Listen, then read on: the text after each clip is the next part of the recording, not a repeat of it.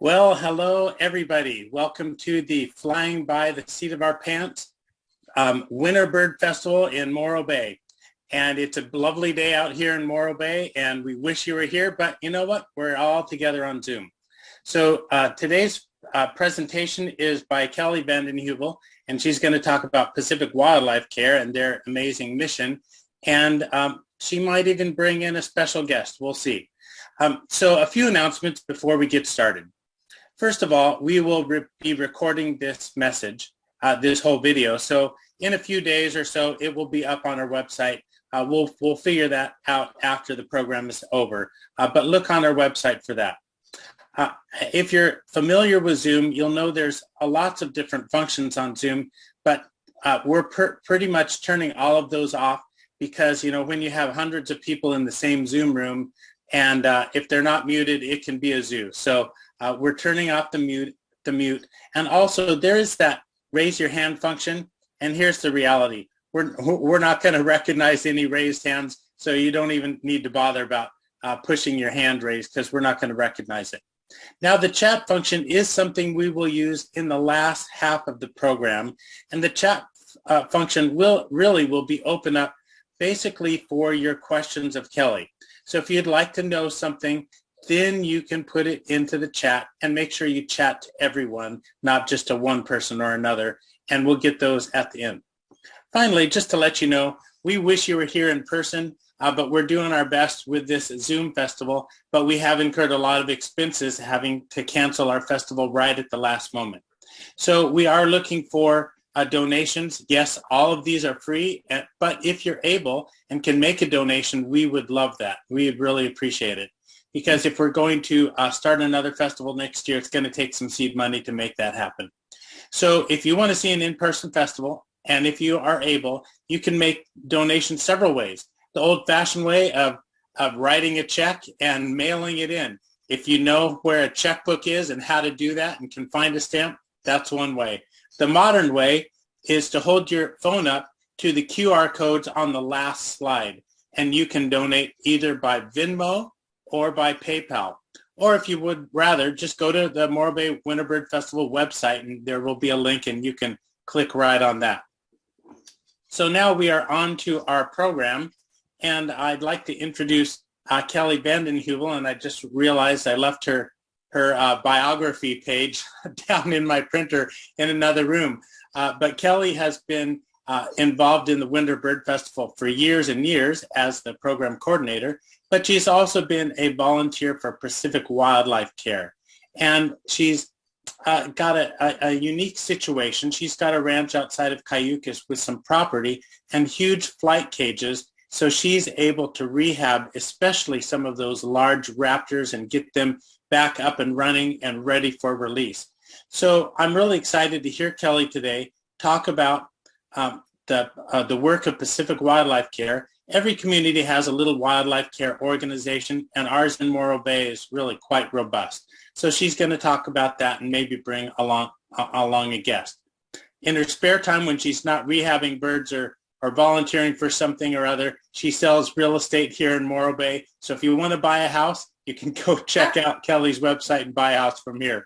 So that's it for the announcements. Kelly, if you're up and running, let's go. Okay, I think I am. Thank you, Chris. I want to give a special shout out to Chris and Bob and our entire board for putting together a last minute Zoom festival, because it was a hard decision we all had to make this last weekend. And here we are doing a Zoom festival just a few days later. So thanks, you guys. You did an awesome job. And I am really proud to be here representing Pacific Wildlife Care. I'm a founding member of the organization. I've been with the group since 1984 when we started, almost 40 years ago. And basically our mission from the start and continues on is to rehabilitate and release back into the wild sick, orphaned, and injured wild animals. So we don't do domestic animals, we don't do marine mammals, but we do all native birds and mammals that you will find here on the Central Coast. So thank you all for being here and being a part of this. I would like to start with a short video about our organization and then continue on in more depth about how we started and where we are today. So I think Bob can make that video start. For over 30 years, Pacific Wildlife Care has been a community educator and the first responder for distressed wildlife in San Luis Obispo County. County Animal Services, Harbor Patrol, state parks, city police, the County Sheriff's Department, and animal shelters all rely on Pacific Wildlife Care to rescue injured, sick, and orphaned wildlife. Anyone can call 805-543-WILD for reassurance, answers to wildlife questions, help with rescue, and advice for living compatibly with local wildlife. We are the only organization in the county providing these services. Through our educational outreach program, we teach young and old alike to value and respect wildlife and the environment we share with them. Our Wildlife Rehabilitation Center in Morro Bay is a refuge for orphaned and injured wildlife. Human activity has had a negative impact on many of the animals that are brought to the center. We see grebes and pelicans covered in oil, birds and mammals hit by automobiles, seabirds entangled by fishing line and pierced by fishing hooks, hawks caught in barbed wire fences, maimed by gunshots or electrocuted, songbirds caught by cats, eagles and turkey vultures lead poisoned by bullet-ridden carrion or poisoned by rodenticides, mammal babies orphaned by trapped parents, and the list goes on. The Pacific Wildlife Care Center takes in all wildlife, treats them humanely, and our volunteers work tirelessly to try and return them back to their native habitat in the wild. Our on-site rehabilitators and veterinarian are highly skilled professionals with many years of experience and training, and are committed to providing the highest standard of care in the field of wildlife rehabilitation. They make sure every animal at the center receives a complete physical exam and treatment plan, adequate amounts of fluid and nourishment appropriate to the species, proper housing and caging, and follow-up care and pre-release conditioning. Over the past 3 years, Pacific Wildlife Care has cared for more than 8,000 animals. We provide life-saving medications, food, veterinary services, and supportive care costing over $340,000 annually. Volunteers donate over 27,000 hours of their time each year. Wildlife is important to our community. Thousands of visitors come to the Central Coast each year to visit our national bird sanctuaries and delight in our native wildlife. All of the creatures are important to keeping the ecosystem in balance and are as critical to our way of life as air, water, and sun. We believe it takes an entire community working in partnership to preserve and ensure the humane treatment, rehabilitation, and care of our wildlife. Pacific Wildlife Care does not receive government funding and relies on donations and memberships. For more information on how you can donate, join, or volunteer, please visit us online at www.pacificwildlifecare.org. You can also find us on Facebook.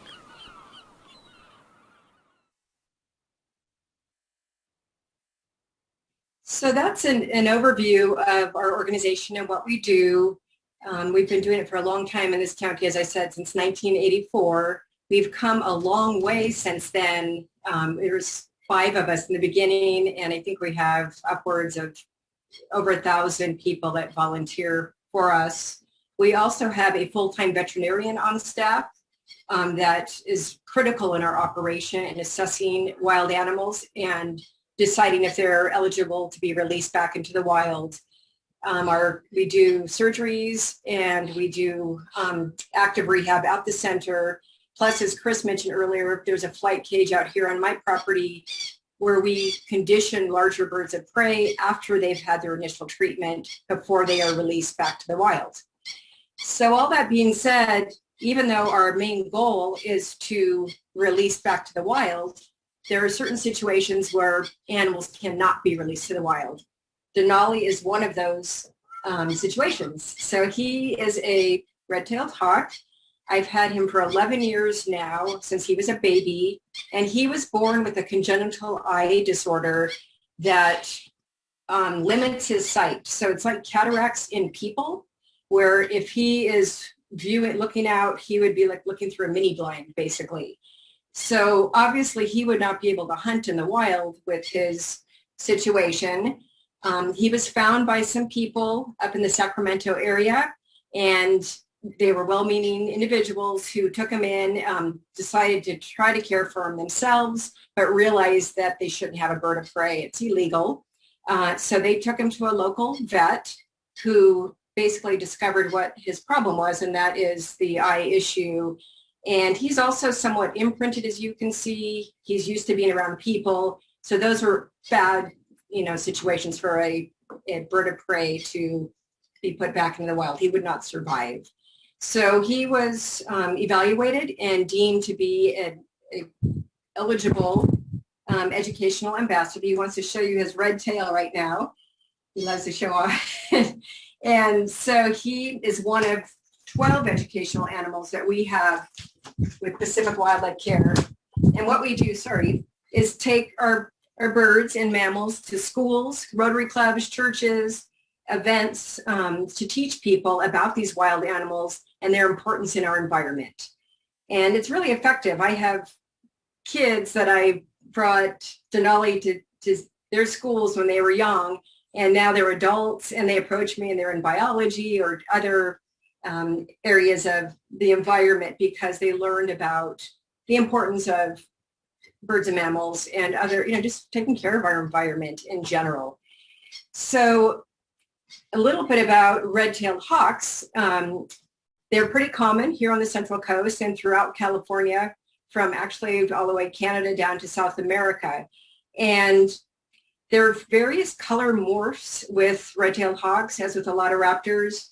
So Denali has the light chest, the dark back and head, and the red tail, which they all have. But if you go to a place like maybe in the desert, you might see lighter color morphs of red-tailed hawks. In areas that are heavily wooded, you might see darker morphs. And the one distinguishing feature, again, is that red tail, which they all have.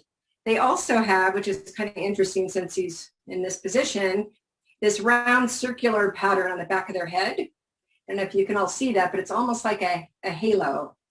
And if you think about it, if the bird's out in the wild and flying and a bigger bird was behind it, maybe a golden eagle or another big bird of prey, that halo pattern might look like an eye to a larger bird and make a bird like this appear larger than he actually is.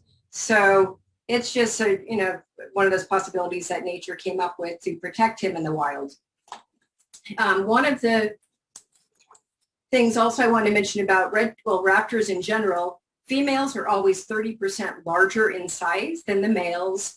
And that's probably due to the fact that they're the ones that incubate the eggs. So Denali's he's about almost 3 pounds.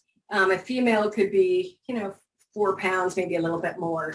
He's a bit robust. You might notice his chest here. He eats well and is well taken care of. So we have to watch his weight constantly so that he doesn't get too big, because that could be a problem for him if he were overweight. And going back to Pacific Wildlife Care just a little bit, and to kind of touch back on what was said in the video, most of the animals we get come to us because of a man-caused problem. So it's not like we're just out in the wild collecting animals that would otherwise die. Most of the birds and mammals that come to us have been injured by something, hit by a car, shot by a gun, poisoned by rodenticides. Some eat lead, which was mentioned in the video, which is a horrible, horrible death to these birds and mammals as well. So almost every situation, for the most part, is because of a man-caused situation.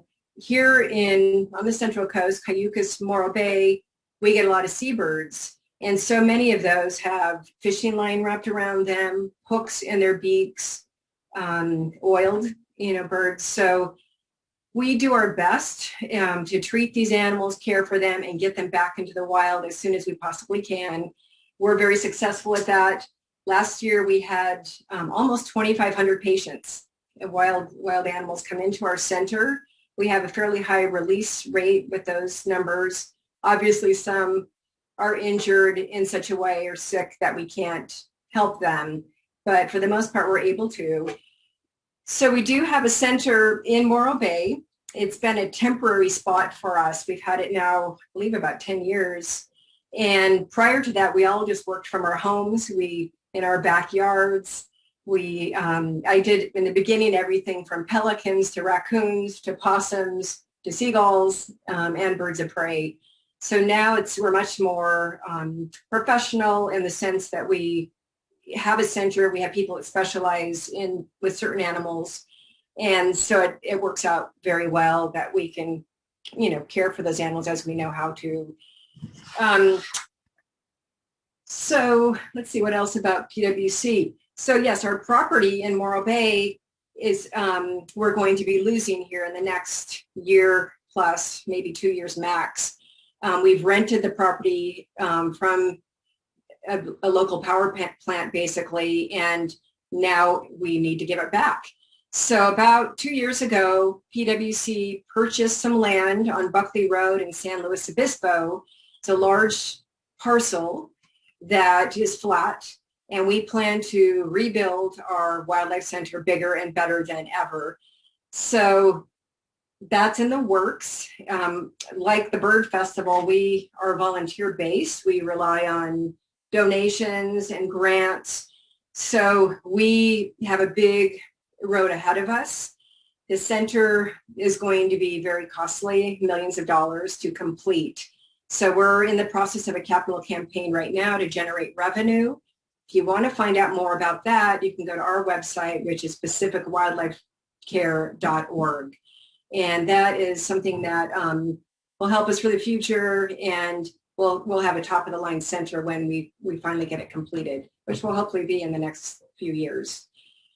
I do want to open up this presentation to questions, if that's appropriate, Chris and Bob. I know there's oftentimes questions that come up, and I will real quickly say, I mentioned that I've had Denali for 11 years. And I've asked this a lot, how long do red-tailed hawks live? And in the wild, 12, 14 years would be a long life for a bird of prey. 30% die within the first year because they don't know how to hunt properly, they become emaciated, and they die.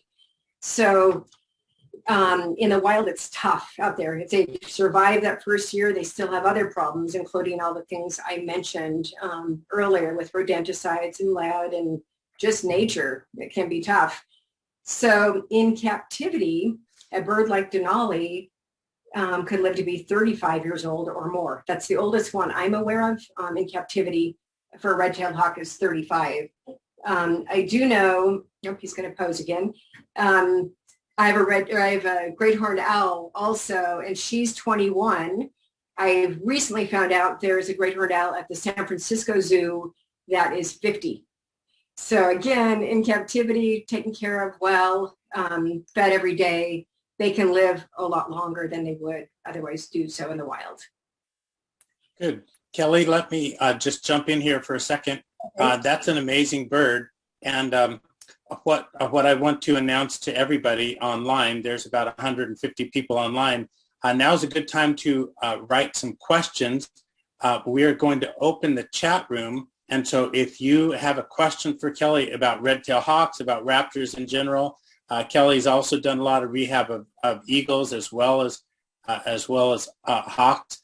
Maybe you can ask her if she's ever raised any baby hawks. I don't know if you mentioned that or not. And maybe something as simple as, what are some of the field marks for a red-tailed hawk? They might be common, but how do I know it from a rough-legged hawk or a Swainson's or a ferruginous or something else? And so if you've got questions about hawks or about wildlife or what you should do if you find some wildlife, go ahead and start writing those questions in the chat. And when we see them, I will transfer them up to Kelly. Kelly, don't worry about your chat because you've got a bird on your hand. Okay. I don't know if you can look at your chat or not, but I will look at it too just to make sure. So this is a good time to write your questions in chat about wild animal rehab. Okay, we've got a couple of these questions, but before we get to that question, Kelly, do you know any of the field marks for a red-tailed hawk? How do we know that hawk we're looking for is a red-tailed? Chris, I was hoping you wouldn't ask me that because I'm not real good at that. Obviously the way I can tell is just, I don't know the field marks real well, but the red tail is a very distinguishing feature of the red-tailed hawk. They all have it after their first year. If you look, a lot of people ask me the difference between a red-shouldered hawk and a red-tailed hawk. The red shoulders have a very red breast and black and white striping on their back, and they're smaller in size. They're also, these guys catch their food with their talons. They will fly down on their prey and catch it and then use their beak to tear the food apart. Sometimes with the red shoulder hawks, they will actually catch them in the air. They eat a lot of birds. And so they're just a little more hyper, let's say, than the red-tailed hawk. And again, smaller in size. Okay, really good. Thank you very much. And maybe we'll have birders come on here to give us some hints on some of those field marks for a red-tailed hawk. We've got a question here, and one of those is, do you ban any of the birds that are released back into the wild? We were doing that a little bit. So we do have paper bans we use at the center. The problem is they tend to fall off, or the birds pull them off, because I've had a few in my flight cage and they end up on the ground. We had one of our leaders in the festival, Greg Smith, was helping me ban birds for a while that I had in my flight cage. And it was helpful because we did find a couple of great horned owls a few months later that had been released that were needed help again. So it was helpful for us to know and find, a bird that we knew we had rehabbed. Great. Okay, if other people have questions, now is a good time to write them. And when you write your questions in the chat function down below, make sure you're chatting to everybody and not just directly to me, but to everybody. And that way we can all look at them. As for field marks for a red-tailed hawk, I think there's some darkness right here. That's a pretty important thing. And somebody can maybe, I call it the armpit, but the armpit would really be a little bit underneath, but it's like up on the shoulder. And maybe we can see those dark marks on his shoulder. You see that? And that's good. And then, like you said, they have red tails, which is pretty obvious, except when they're juveniles, and then they're not red, and that kind of throws you off. They're kind of gray and black banded. Okay, let me see if I've got any other chats. I don't see any other questions in the chat. So I can tell you a couple quick facts again on PWC. You asked a moment ago, Chris, what does a person do if they find a sick, injured, or orphaned animal? And our hotline number is 805-543-WILD. So that's a good number just to write down, put in your phone if you live in our county. And there are usually typically wildlife groups in all counties throughout California and the United States. But 543-WILD is our local number.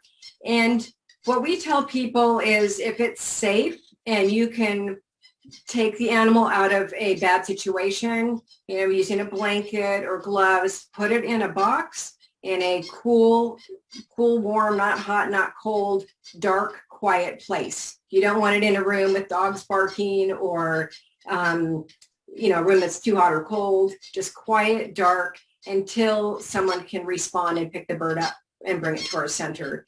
So that's important. Oftentimes I get calls, with a bird or a baby deer on the side of the road. That's not necessarily a safe situation to put yourself in. So, in that case, call 543-WILD. We have people that do rescue that are trained and can help the animal out and not put themselves in harm's way. Good. Thanks a lot. Some people are saying they can't seem to drop down and chat with everyone. They're just chatting directly with me, and that's fine. You can chat with me directly. We will try to see if we can affect those changes, those settings. One person says, I'm assuming that most birds and animals treated by PWC are from the marine environment. Is it an issue to be moved inland to the San Luis Obispo? So if you find a coastal red tail, do you move them into Sacramento or Kernville or something? Well, our center being in San Luis isn't that far from the ocean. We do have a lot of seabirds that come in, a good percentage, but we also have birds, you know, and mammals that come from all over the county. So it's not going to make much of a difference. We'll still be getting those same birds. We have pools that are set up at our current center, and then we're going to have, you know, the same thing at the new one, pools that are, you know, the right temperature for the specific species, and it full-on setup that enables us to care for every single wild animal that comes in and it matches their environment.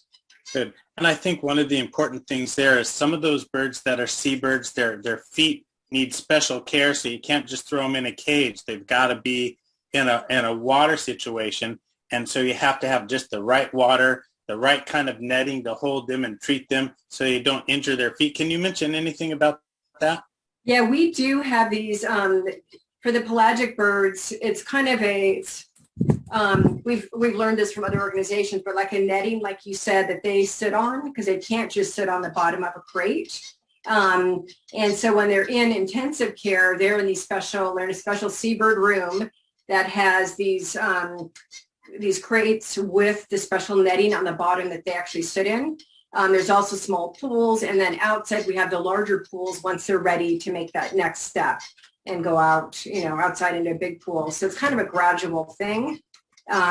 Just like our birds of prey, they start at the center, they may have a surgery, they're in ICU, and then eventually they send birds out my way that need to be conditioned in the flight cage. So our flight cage is almost 100 feet.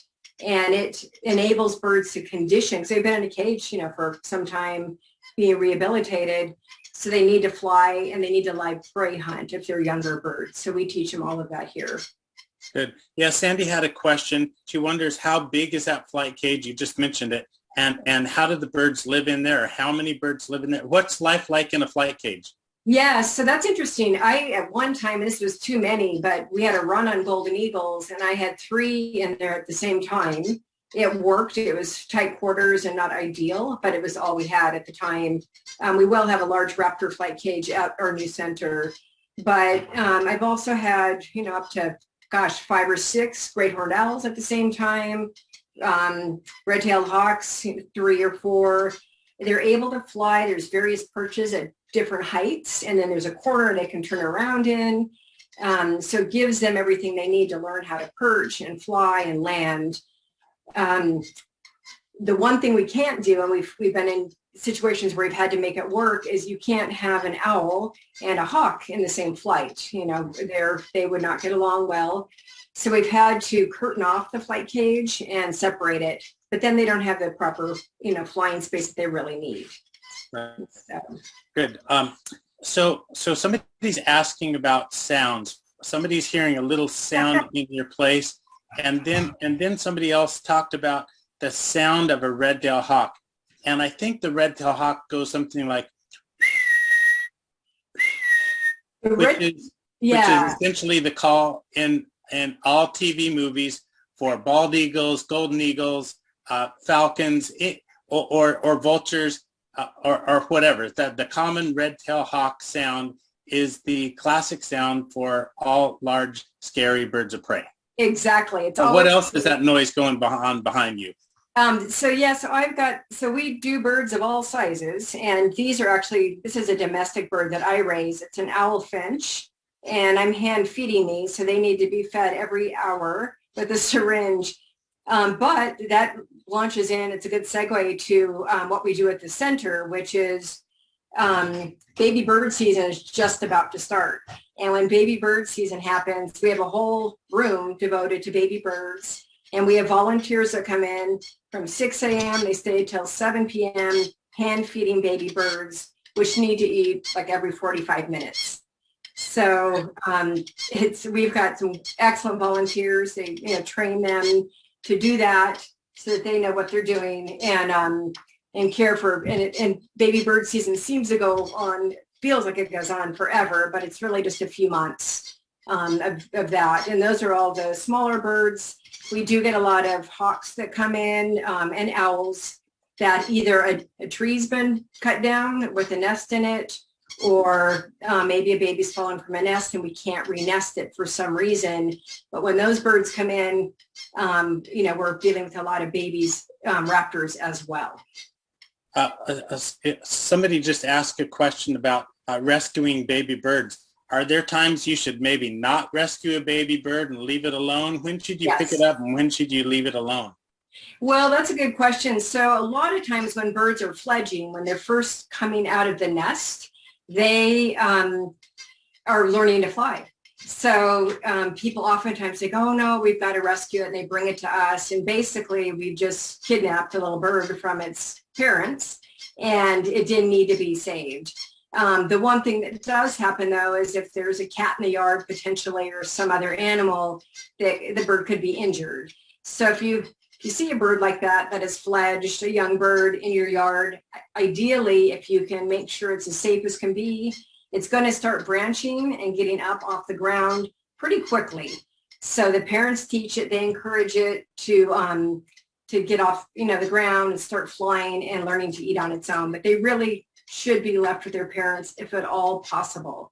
And with the bigger birds, the raptors, we do have a re-nesting program where we have one of our volunteers goes up high in these trees and they'll put even if the nest has fallen or been blown out or the tree was cut, they can put a basket up there and put the babies back in it, and the parents will continue to feed the babies.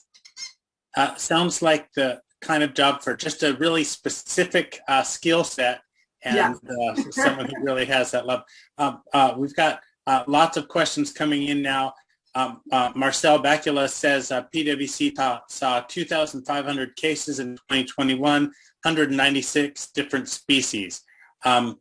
And somebody is asking, what in the world is a crayons, and is your bird hot? It looks like it's pitching a little bit. Yeah, we both are. We're in my greenhouse because it's really windy and cold outside, and it's heating up in here. But it's about 80, so we're okay for a little bit longer. So crayons is a technique used, especially if there's not a flight cage available, to condition birds, primarily birds of prey. You attach basically jesses and a long leash. I think it's about 100 feet. It's probably longer than 100 feet. You let the bird fly. It goes, a long ways out. It's probably more like 300 feet. And then it goes the end of the rope. And then we collect it and do that 10 or 12 times, a few times a week. And then that bird conditions without having to be in a large flight cage. Right. So okay. That's crayonsing. Okay. Thank you. And so that's how you work up the muscles of the of the raptors before they're released. By the way, are you like the only wildlife care around, or does every county have one? And do you have to have a license, or can anybody do this who feels like it? Are there some like in the Eastern Sierra, or there's some in Ojai? Are we the only place that does this, or do other places do it? No, there are, almost every county does have a rehab facility, and we're all part of a larger organization so that we can get information and have resources and people to bounce things off of. But it's pretty common, with most larger counties, you'll find a rehab facility or organization caring for wild animals. Great, thank you. Great. And again, the number, if we find an animal in our area, we call 805. What's the rest of it? 543 WILD, WILD. I think I could remember that. 805, like the beer, 543 WILD. Okay, good. Yes. And our website again is pacificwildlifecare.org. You can find out a ton of information on there about our organization, how you can donate if you choose, how you can volunteer, and things like that. Perfect. And again, licensing is required to do this, right? You can't just do it when you feel like it. We're licensed by Fish and Game. We have a permit to do wildlife rehab. For educational birds, we have a separate permit through Fish and Wildlife Services. And our birds are required, and our mammals, to do 12 hours a year. That's part of our agreement of education. So that's, a talk a month ideally. And that enables us to keep our permit. And then they also come out and check our facilities and make sure that we have adequate housing and proper sizes for our enclosures. Good. Bob has an important question. He wants to know, how tired is your left arm? It's getting tired. It's, the bird's only less than 3 pounds, but after a while you can feel the weight. 3 pounds after 45 minutes. Yeah. Great. Someone asked, let's see, this is Sandy asked, do you get birds who are stressed by photographers? That's an interesting question. Is there a way you can tell you are harming the birds, such as owls? Just my experience with our educational ambassadors, everyone always is, polite enough to ask if they can take a photo. Certainly doesn't stress out our educational birds. However, I have seen, I don't know, in the wild, it's not really going to make any difference because you're not that close. So I would say no. But if you're maybe crashing through the bushes to get a covey of quail up to get them in flight, that's maybe not the best ethics for bird photography. Probably not. Yeah, for many reasons. Exactly. And that's the same for using calls and things, and we've heard some of those in other places. Well, we are going to close down in a couple minutes, but let me give a couple of closing remarks, if you don't mind. And those closing remarks are, first of all, thank you, Kelly, and the hawk who's giving you a little kiss. Thank you for coming and bringing your friend. We really appreciate that. If anybody has a specific question for Kelly, or you want to know more details, you can always email us at our email, which is support@morrowbaybirdfestival.org, or just go on the website and find the contact us, and we'll get to you. I'd like to also remind you that we are accepting donations. Every nonprofit is accepting donations, but right now we're accepting donations in the hope of running another bird festival in person next year. So if you look on your screen, there are 2 of those squiggly QR codes. The one on the left, you can hold your phone up and donate by Venmo if you have that. The one on the right, you can donate by PayPal. Bob thinks it's funny, but people have donated a lot of money, and Venmo has a limit of $299. So if you want to donate more than $299, scroll over to the one on the right and donate by PayPal. Let's see. I have a couple more things. Let's see. We will be closing down the Zoom room in a few minutes and getting ready for our next one. Let me just run through some of our next speakers. The very next speaker I'm really excited about. If you're a bird photographer, this is Advanced Bird Photography by Sarah Killingsworth. This is a double session. So this is 2 hours of serious bird photography. And if you like bird photography, this lady knows how to do it. She's got an article that was just published about suburban bobcats. It was a remarkable article, and she's got some incredible photos there. So she's a published professional bird photographer, and this is going to be advanced bird photography. So that'll be a good one. And right after that, we have Dr. Steve Bessinger, and I think he's from Berkeley, and he's going to be talking about conserving the black rail. Now, some of those little rail birds, they're tough to see. So he's going to talk about the rails and allies and conserving the black rail. After that, Steve Schubert is going to come on. One of my favorite topics, he's going to be talking about peregrine falcons of Morro Rock specifically. Probably he'll touch about peregrines in general, but peregrine falcons of Morro Rock. And guess what? He wrote a book of 50 years of peregrine nesting on Morro Rock. So he knows a thing or two about what's going on our little rock and what's happening with peregrines there. After that, we have Brian Sullivan. He was involved in getting eBird up and going and off the ground, and he is going to be talking about the cutting edge of bird science. He will mention Cornell, but we're going to be discussing several other ways things about the cutting edge of bird science. Finally, our keynote tonight will be John Muir Laws, or as his friends call him, Jack Laws. So he's going to be talking about the 7 habits of happy birders. And he's one of our preeminent nature journaling guys. And so you may find a few tips about nature journaling, maybe a few things on how to draw stuff. And he's an engaging speaker. He normally is a speaker and does public speaking. And for the last couple of years, he's been doing a lot of stuff on Zoom. So he knows how to do a good presentation on Zoom. So we'll see him tonight starting at 5 o'clock. Lots of great things for tomorrow and the day after, but that's it for today. Thanks for coming, everybody. Take a short break.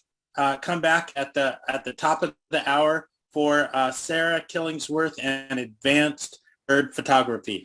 Thanks again, Kelly. Thanks again to your little friend there. Go get some fresh air, and we'll talk to you later. Bye-bye, everybody. Thank you.